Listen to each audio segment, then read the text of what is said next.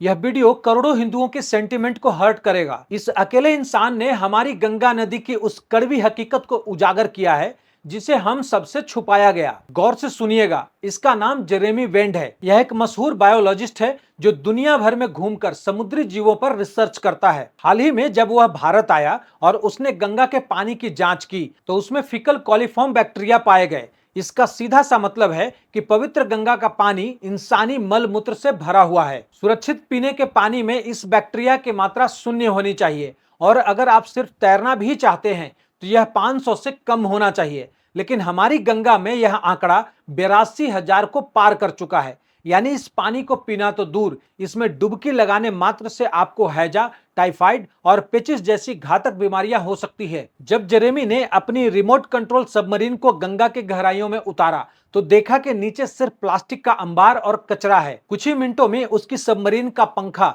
नीचे दबे हुए एक पुराने मछली पकड़ने वाले जाल में उलझ गया। और इससे भी खौफनाक बात यह है कि गंगा में क्रोमियम, लेड और आर्सेनिक जैसे जानलेवा केमिकल्स घुले हुए हैं जो सीधे अलग अलग जगहों के टेनरीज से आते हैं। टेनरी यानी कि वो फैक्ट्री जहां जानवरों की खाल से चमड़ा तैयार होता है और उनका जहरीला कचरा सीधे गंगा में बहा दिया जाता है। तो जिस गंगा को हम मां और परम पवित्र मानते हैं उसकी असली स्थिति आज यह है। लोग सिर्फ अपने आत्मसंतोष और पाप धोने के लिए गंगा तक जाते हैं, लेकिन गंगा खुद कितनी मैली हो रही है इससे किसी को कोई सरोकार नहीं है। और जब जनता को ही परवाह नहीं है कि हमें गंगा को साफ रखना है तो सरकारों को भी इससे क्या ही फर्क पड़ता है। जब आप अपने घर में चप्पल उतारकर इंटर करते हैं तो कोई माई का लाल बिना चप्पल उतारे आपके घर में इंटर नहीं कर सकता।